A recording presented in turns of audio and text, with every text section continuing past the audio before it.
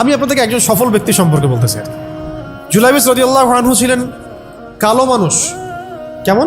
একটু কালো, খুব উচ্চ বংশের না, খুব সুদর্শন না, খুব লম্বা না, খাটো টাইপের মানুষ, একটু বেটে টাইপের মানুষ। টাকা পয়সা একদমই নাই, একদমই টাকা পয়সা নাই, বংশমর্যাদা এই সব দিক থেকে তাকে আন্ডার স্টিমেট করা হয় আর কি। এমনকি ফিজিক্যাল স্ট্রাকচারও তারা আমাদের অনেকের মধ্যে সুদর্শন। তার অবস্থা কেমন? নবী সাল্লাল্লাহু আলাইহি ওয়াসাল্লামের সাহাবীরা অন্য হাদিস থেকে বলেছেন যে নবী সাল্লাল্লাহু আলাইহি ওয়াসাল্লাম মসজিদে যেতেন, মদিনায় মসজিদ নববীতে যেতেন, রাস্তার পাশে তিনি পড়ে থাকতেন। ধরেন আমরা মসজিদে হেঁটে আসতেছি, রাস্তার পাশে একজন বসে আছেন, গায়ের জামা কাপড় খুব একটা উন্নত না, ছেঁড়া, তাসবিহ নিয়ে জিকির করতেছেন। আপনি কি খুব ফোকাস করবেন তার দিকে? করবেন না কিন্তু। তো মানুষ তার দিকে ফোকাস করে না খুব একটা, যাওয়া আসা করে, সে পড়ে থাকে। কেউ খাবার দিলে খায়, না দিলে খায় না। এইভাবেই তার দিন যাচ্ছে।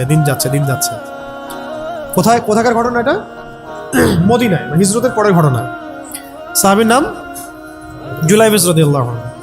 খুব উচ্চ বংশের না, অর্থবিত্ত নাই। বারবার বলছি, আমি রিপিট করতেছি কেন? বিকজ এটা আপনাদের সাথে অনেক অনেক মানে সাইকোলজিক্যালি মিলবে বিষয়টা অনেকের সাথে, এবং এটা আমাদের খুব ভালো করে জানাও দরকার আছে। তো একদিন নবী সাল্লাল্লাহু আলাইহি ওয়াসাল্লাম তাকে বললেন যাওয়ার সময়, হে জুলাইবিস তুমি কি বিয়ে করবা? খুব মজার আলোচনা না এটা আমাদের কাছে, অনেকের কাছেই। হে জুলাইবিস তুমি কি বিয়ে করবা না? প্রশ্নটা এরকম ছিল, হে জুলাইবিস তুমি কি বিয়ে করবা না? তুমি তো আকাশ থেকে পড়লেন, ইয়া রাসূলুল্লাহ আমাকে কে বিয়ে করবে? আমার না আছে চেহারা সুরত, না আছে আমার বংশমর্যাদা, না অর্থবিত্ত, আমি কিভাবে বিয়ে করবো? কে মেয়ে দিবে আমাকে? কে আমাকে মেয়ে দিবে? তো ওদিন নবী সাল্লাল্লাহু আলাইহি ওয়াসাল্লাম চলে গেলেন, কিছু বললেন না। পরের দিন আবার বললেন, ইয়া জুলাইবিস আলা তাতাজাওয়াজ তুমি কি বিয়ে করবা না? একই উত্তর, ইয়া রাসূলুল্লাহ আপনি গতকালকে এক কথা বললেন, আবার বলতেছেন বিয়ে করবেন, আমাকে কে বিয়ে করবে? তৃতীয় দিন নবী সাল্লাল্লাহু আলাইহি ওয়াসাল্লাম আবার বললেন, আলা তাতাজাওয়াজ ইয়া জুলাইবিস তুমি কি বিয়ে করবা না হে জুলাইবিস? তিনি এবার বলছেন, আপনি কি আমার সাথে রসিকতা করতেছেন? আমাকে কে বিয়ে করবে? তো নবী সাল্লাল্লাহু আলাইহি ওয়াসাল্লাম বললেন যে অমুক আনসারী সাহাবীর বাসায় যাও। অমুক আনসারী সাহাবীর বাসায়, আনসারী সাহাবী কারা? যারা মুহাজির সাহাবীদেরকে আশ্রয় দিয়েছেন। অমুক আনসারী সাহাবীর বাসায় যাও, সেখানে একজন বিবাহযোগ্য নারী আছে, মেয়ে আছে, তাকে গিয়ে বলো যে আমি রাসূল সাল্লাল্লাহু আলাইহি ওয়াসাল্লামের পক্ষ থেকে আমার বিয়ের প্রস্তাব নিয়ে আসছি। তিনি গেলেন, যাওয়ার পরে বললেন যে আমাকে প্রস্তাব সহ পাঠানো হয়েছে। মেয়ের বাবা আর মায়ের রিয়াকশন ছিল অনেকটা সাধারণত যা হয় তেমন আর কি। তুমি বিয়ের প্রস্তাব নিয়ে আসছো, তুমি কি খাওয়াবা মেয়েকে? কোথায় রাখবা? তোমার তো নিজের কোনো থাকার জায়গা নাই। প্রশ্ন কিন্তু যৌক্তিকই। আমি মেয়ের তো বাবা, আমিও তো এই প্রশ্নই করবো নাকি? প্রশ্ন করবেন না? আপনার মেয়ে থাকলে এভাবে প্রশ্ন করবেন তো আপনি। তো তারাও সেই প্রশ্ন করলেন, এমনকি এক পর্যায়ে রিফিউজ করে দেওয়া হলো, না এটা পসিবল হবে না। এই কথাগুলো, কনভারসেশনগুলো ভিতর থেকে শুনছিলেন সেই মেয়ে নিজেই, আনসারী সাহাবী, মদিনার আনসারী মেয়ে। মদিনার আনসারী মেয়েরা কিন্তু অনেক সুদর্শন তৎকালীন সময় কাছে, উচ্চ বংশের, সুদর্শন, খুবই এলেম বলা হতেন তারা, হিপস ক্ষমতা খুব থাকতো, খুবই জজবাওয়ালা, মানে জিহাদের মাঠে একদম যুদ্ধ করেছেন তারা একদম। নবী সাল্লাল্লাহু আলাইহি ওয়াসাল্লামের আশেপাশে ছিলেন। উহুদের সময় একজন আনসারী সাহাবী ছিলেন, মহিলা সাহাবী, উম্মে আমারা তীর ছুঁড়েছেন নবী সাল্লাল্লাহু আলাইহি ওয়াসাল্লামের পাশে। তো ওনারা কিন্তু খুবই গায়রতওয়ালা মানুষ। তিনি বলছেন, হে আমার বাবা মা, এই প্রস্তাব কে পাঠিয়েছেন? নবী সাল্লাল্লাহু আলাইহি ওয়াসাল্লাম। যে প্রস্তাব রাসূল পাঠিয়েছেন সেটাকে কিভাবে তোমরা ডিনাই করো? আমি জুলাইবিসকে বিয়ে করব। কে বলছেন এটা? আপনি পুরা সিস্টেম খুঁজে এরকম একটা আনসারী সাহাবীর মতো মেয়ে আমাকে দিতে পারবেন? ইল্লা মাশাআল্লাহ, হইতে পারে ইল্লা মাশাআল্লাহ। তো ওই মেয়ে, নারী সাহাবী, তিনি রাজি হলেন। এবার শোনেন, এবার বিয়েও হলো, মাশাআল্লাহ, বাসর হলো, এবং সকালবেলা আওয়াজ হচ্ছে, মদিনার চারপাশে এলান হচ্ছে যে হে মুসলিমরা সবাই বের হও, ইহুদিদের সাথে যুদ্ধে আমাদেরকে খায়বারে যেতে হবে। ইহুদিদের সাথে যুদ্ধে আমাদেরকে খায়বার আক্রমণ করতে হবে। নবী সাল্লাল্লাহু আলাইহি ওয়াসাল্লাম তোমাদেরকে আদেশ করেছেন। এটা কিন্তু হুদাইবিয়া সন্ধির পরের ঘটনা। আর ইহুদিদের সাথে আমাদের বেশ কয়েকটা যুদ্ধ হয়েছে, বনু কুরাইজার সাথে, বনু কাইনুকার সাথে, বনু নাজিরের সাথে, এবং ফাইনালি খায়বারে এদের সাথে। তো জুলাইবিস রাদিয়াল্লাহু আনহু বের হয়ে গেলেন যুদ্ধের জন্য,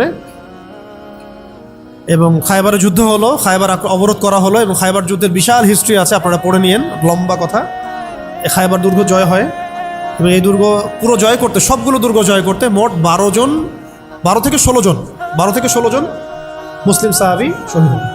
12 থেকে 16 জন বা 18 জনের মতো আর কি, এই ফিগার, এইটুকুর মতো 12 থেকে 16 বা 18, এতটুকু এত কম সংখ্যক সাহাবী শহীদ হয়েছেন খায়বার যুদ্ধ জয়ে।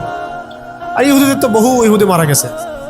এবং খায়বার বিজয়ের পরে মুসলিমদের আর্থসামাজিক যে অবস্থান, মানে টাকা পয়সা, ল্যান্ড, গনিমতের মাল প্রচুর বেড়ে গেছে। এখন নবী করিম সাল্লাল্লাহু আলাইহি ওয়াসাল্লাম শহীদদের লাশ তালাশ করছেন, কোথায় কোথায় শহীদরা আছে, তাদের মানে কবরস্থ করার প্রসেসিং হবে। উহুদ যুদ্ধেও তো হয়েছে না, ওই রকমই প্রত্যেকটা যুদ্ধেই তো এটা হতো। তো লাশগুলো তালাশ করতে করতে করতে করতে করতে একটা কর্নারে গিয়ে তিনি দেখলেন সেখানে জুলাইবিস রাদিয়াল্লাহু আনহুর লাশ পড়ে আছে। কার? জুলাইবিস রাদিয়াল্লাহু আনহুর লাশ পড়ে আছে, যার ব্যাপারে আমি গল্পটা বলছি আর কি।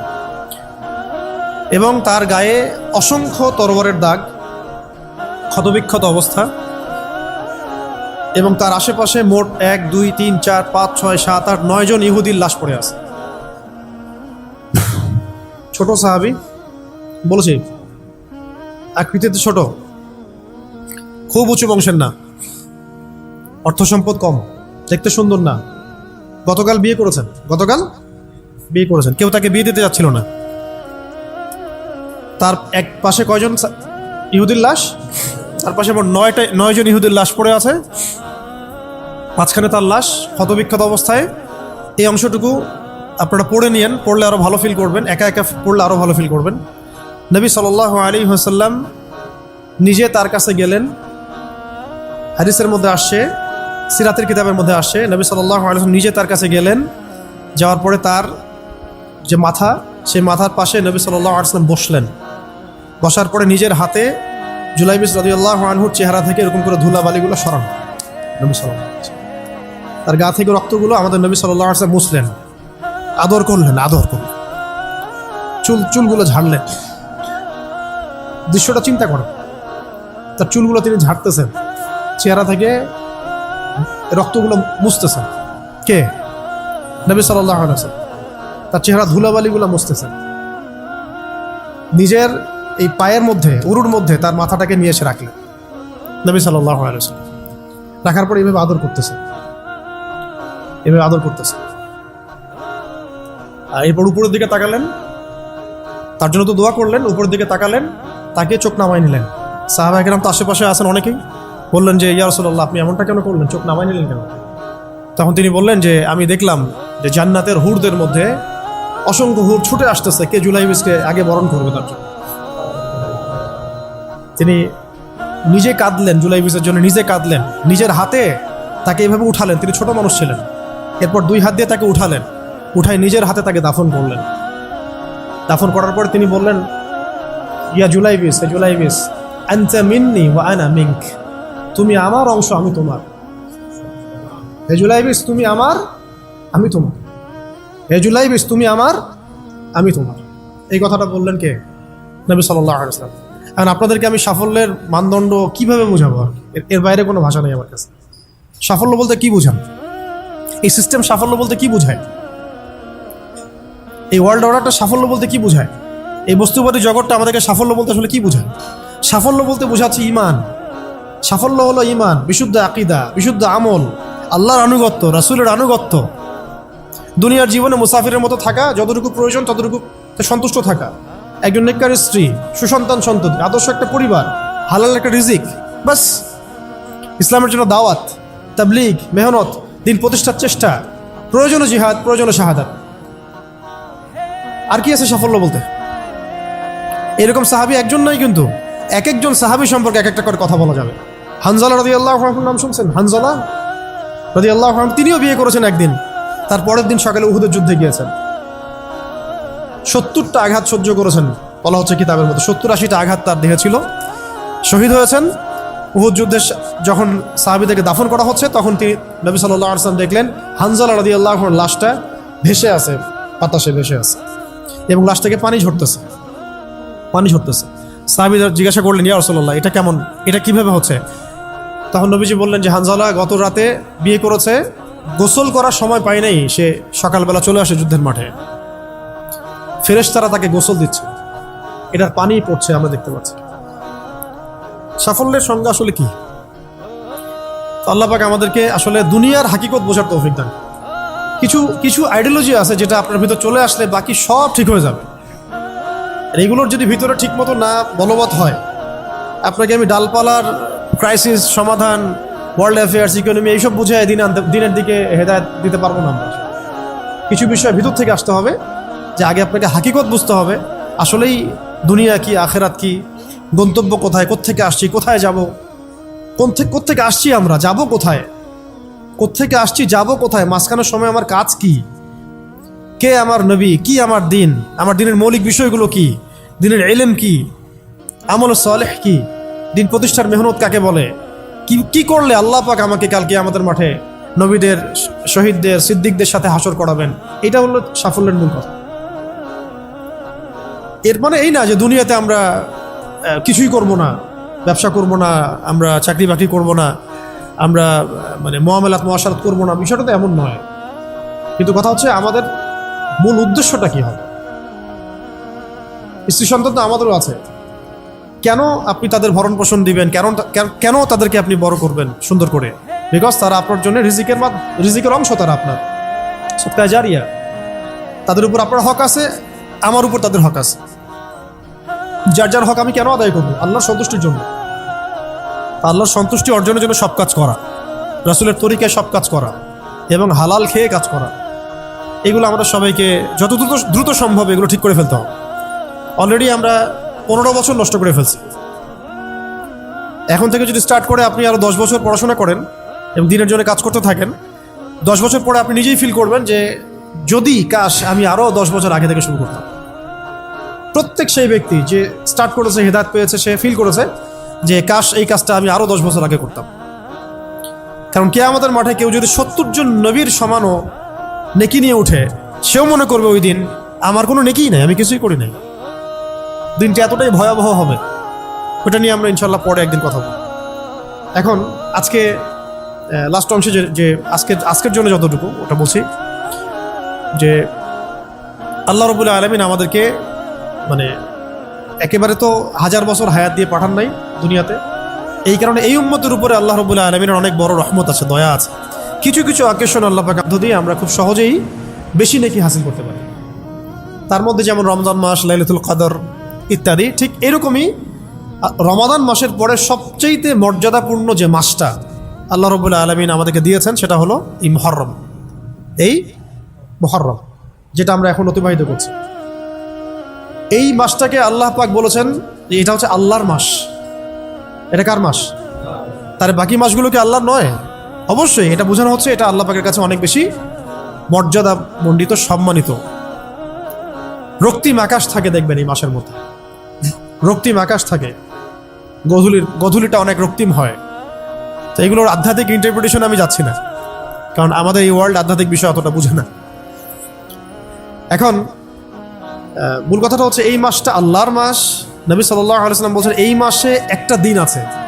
প্রত্যেকটা হাদিস এবং আয়াতগুলো এখানে কোট করা আছে, পরে কেউ চাইলে আমার কাছে আমি পিডিএফ দিতে পারবো। সময় শর্ট, আমি একটু শর্ট করে বলছি। এই মাসে একটা দিন আছে, এই মাসে একটা দিন আছে যেই দিনে আল্লাহ রাব্বুল আলামিন একটা পুরা জনগোষ্ঠীর তওবা কবুল করেছেন, এবং আগামীতেও বহু জনগোষ্ঠীর তওবা আল্লাহ পাক কবুল করবেন। এই মাসে একটা দিন আছে। এবং একজন সাহাবী জিজ্ঞাসা করছেন, ইয়া রাসূলুল্লাহ, রমাদান মাসের পরে আমি কোন মাসে বেশি রোজা রাখবো? নবীজি বলছেন মুহররম সাল্লাল্লাহু আলাইহি ওয়াসাল্লাম। কোন মাসে? মুহররমে তোমরা বেশি বেশি সাওম রাখো। তো পেলাম এই মাসটা আল্লাহর মাস, এই মাসটা অনেক মর্যাদাপূর্ণ। এই মাসে একটা দিন আছে যে দিনে আল্লাহ পাক তওবা কবুল করেছেন পুরো একটা জনগোষ্ঠীর, ভবিষ্যতেও করবেন ইনশাআল্লাহ। এই দিনটা কোন দিন? অন্য হাদিসে পাওয়া যাচ্ছে এই দিনটা হচ্ছে ইয়ামুল আশুরা, 10ম দিন, যেটা আজকে আমরা অতিবাহিত করলাম। এবং আমরা মাশাআল্লাহ সবাই রোজা রেখেছি আলহামদুলিল্লাহ। এবং নবীজি বলেছেন এই রোজার ফজিলত হিসেবে আমি আল্লাহর কাছে আশা করি যে বিগত 1 বছরের গুনাহ মাফ কাফারা হয়ে যাবে। বিগত 1 বছরে যত গুনাহ হয়েছে ইনশাআল্লাহ এগুলো মাফ হয়ে যাবে। কবিরা গুনার জন্য তওবা শর্ত, এটা আলাদা আলাদা আলোচনা। তাহলে এই মাসে আমরা এখন পর্যন্ত যারা রোজা রাখি নাই আরও রোজা রাখবো। যারা আশুরা রেখেছি তো মাশাআল্লাহ হয়ে গেছে। আর যারা 2টা রাখতে চান, 9-10 রেখেছেন মাশাআল্লাহ। যদি না রেখে থাকেন তাহলে কালকে রাখবেন ইনশাল্লাহ, তাহলে 10-11 হয়ে যাবে। তো চেষ্টা করবো এই মাসে বেশি বেশি রোজা রাখা, ঠিক আছে ইনশাল্লাহ। আরেকটা কাজ হলো এই মাসে বেশি বেশি তওবা করা, বেশি বেশি তওবা করা। আমার কিন্তু উদ্দেশ্য ফজিলত বলা নয়, আমার একটা উদ্দেশ্য আছে এই মাসটা নিয়ে কথা বলার। আজকে ওই অংশটুকু বলে আজকে শেষ করবো ইনশাল্লাহ, একটু ধৈর্য ধরেন। তো সাহাবায়ে কেরাম তাদের ছোট ছোট বাচ্চাদেরকে পর্যন্ত এই মাসে রোজা রাখাতেন, ছোট ছোট বাচ্চাদেরকে রোজা রাখাতেন যে তোমরা সারাদিন রোজা রাখো, খেলনা দিতেন, খেলতে দিতেন, এই কালচারে তারা অভ্যস্ত করতেন। আজকেও মদিনায় গেলে আপনি দেখবেন রমজান মাসে বাচ্চারা রোজা রাখতেছে, নবমীতে খেলছে, ওখানে ইফতার করতেছে, কি চমৎকার পরিবেশ। তো এই কালচারটা আমাদের মধ্যেও যেন আসে, একজন রাখবো আরেকজনকে রাখাবো, একসাথে ইফতার অ্যারেঞ্জ করবো, একসাথে সাহারি করবো, ভালো হবে ইনশাল্লাহ। তো ওই যে কওম, যেই কওমের তওবা আল্লাহ পাক কবুল করেছেন এই মাসে, সেই কওমের নাম হলো বনু ইসরাইল। কি নাম? বনু ইসরাইল। বনু ইসরাইল কাদেরকে বলে? ইব্রাহিম আলাইহিস সালামের 2 সন্তান। কয় সন্তান? এক সন্তানের নাম ইসমাইল আলাইহিস সালাম, যিনি থাকেন মক্কায়। কোথায়? ওই যে মক্কায় রেখে আসা হলো। এই ইসমাইল আলাইহিস সালামের বংশে আছে একজন ব্যক্তি, তার নাম আদনান। হ্যাঁ হ্যাঁ। তারপরে এখানেই আরও অনেকগুলো গোত্র আস্তে আস্তে এসেছে, বনু হাশেম, বনু মখজুম, বনু তাই, বনু আদি, অনেক গোত্র। এই গোত্রগুলোর মধ্যে বনু হাশিম গোত্রে সর্বশেষ নবী মুহাম্মদ রাসূলুল্লাহ সাল্লাল্লাহু আলাইহি ওয়াসাল্লাম। তার মানে নবী সাল্লাল্লাহু আলাইহি ওয়াসাল্লাম ছিলেন বনু ইসমাঈলের অন্তর্ভুক্ত, বনু ইসমাঈলের অন্তর্ভুক্ত। আরেকজন সন্তান ইব্রাহিম আলাইহিস সালামের, তার নাম ইসহাক আলাইহিস সালাম। তিনি থাকেন শামে। শাম মানে শুধু সিরিয়া না, শাম মানে ফিলিস্তিন, লেবানন, জর্ডান, সিরিয়া সব একসাথে শাম আর কি। ওইখানে থাকেন ইসহাক আলাইহিস সালাম। তার সন্তানের নাম হলো ইয়াকুব আলাইহিস সালাম, যার ওই যে 12 সন্তান, একজন ইউসুফ